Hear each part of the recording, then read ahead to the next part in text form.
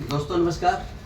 मैं राजेश सारस्वत हाथरस उत्तर प्रदेश से हूँ और आज हमारे बीच में निर्दोष यादव जी हैं, इटावा से हैं। दोस्त वेरी वेरी वेलकम, आपका बहुत बहुत स्वागत है।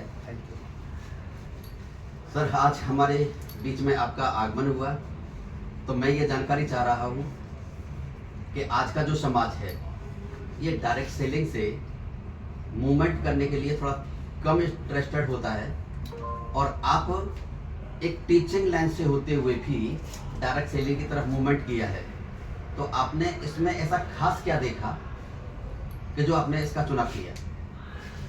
इसका चुनाव करने का केवल एक ही कारण है।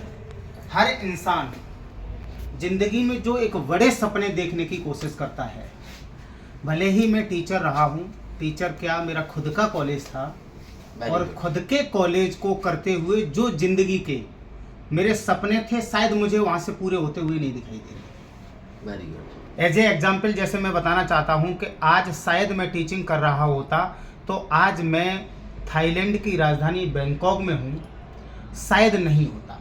ग्रेट। और अगर नहीं होता तो यहाँ का क्या कल्चर है, यहाँ की क्या कंडीशन है, अदर कंट्री में लोग कैसे रहते हैं, क्या उनका बिहेव रहता है, ये चीज़ें हम लोगों को नहीं पता होती हैं। जिंदगी में जब हम कहीं बाहर निकलते हैं तब पता लगता है कि स्थिति बाहर भी कुछ हटके है। तो उद्देश्य मेरा यही हुआ कि कुछ हटके जीवन में अगर किया जाए। डायरेक्ट सेलिंग में उभरती हुई कंपनी एनरूट्स होराइजन प्राइवेट लिमिटेड, जिसका हेड ऑफिस कोलकाता में है, मेरी मुलाकात हुई। मुलाकात होने के बाद एग्रीकल्चर के प्रोडक्ट जो आज मार्केट में किसी भी कंपनी के हों, उनको सभी को मात देते हुए मार्केट में बड़े अच्छे रूप में उभर रहे हैं, जिससे किसान की लागत कम हो रही है और लागत कम होने के साथ साथ जो ज़मीन खराब है, ये ज़मीन खराब होने से बच रही है। मेरा उद्देश्य ये है, मैं कहना चाहता हूँ, मेरे कई फ्रेंड सर्कल में ऐसे केसेस हैं जिन लोगों को मैंने अपने साथ में ही देखा, उनके परिवार में, घरों में एक ऐसी बीमारियां घातक आई हैं जैसे कैंसर जैसा रोग, जिसके नाम को सुनकर के लोगों की रूह कांप जाती है। ऐसे जब लोगों के बीच में आए और मेरे कुछ साथी लोग भी हैं जो इस दुनिया से चले गए, तो पहली बात तो मैंने सोचा शायद खेती अच्छी करने की कोशिश करूं।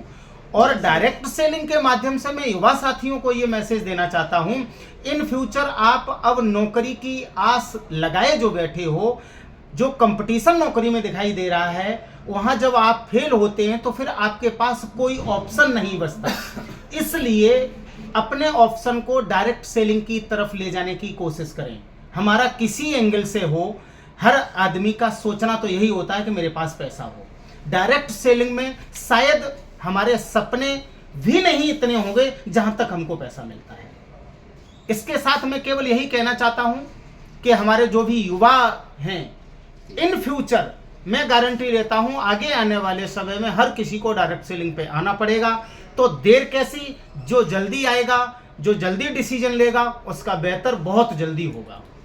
सर, बहुत अच्छी सोच रही आपकी और आपकी बातों से ये समझ आया कि अगर डायरेक्ट सेलिंग को अपनाया जाए तो किसी भी देश की जीडीपी या वहाँ के युवा जो रोजगार नहीं मिल पा रहा है, बेरोजगार हैं, उनको डायरेक्ट सेलिंग के माध्यम से एक बेहतर रोजगार देके उनकी लाइफ में भी उसकी लाइफ स्टाइल को चेंज किया जा सकता है जी, उसकी गरीबी को दूर किया जा सकता है। अगर ये सारे लोग मिलके अगर डायरेक्ट सेलिंग को अपनाते हैं तो अपने अपने फ्यूचर को बना सकते हैं। बिल्कुल। थैंक यू, धन्यवाद।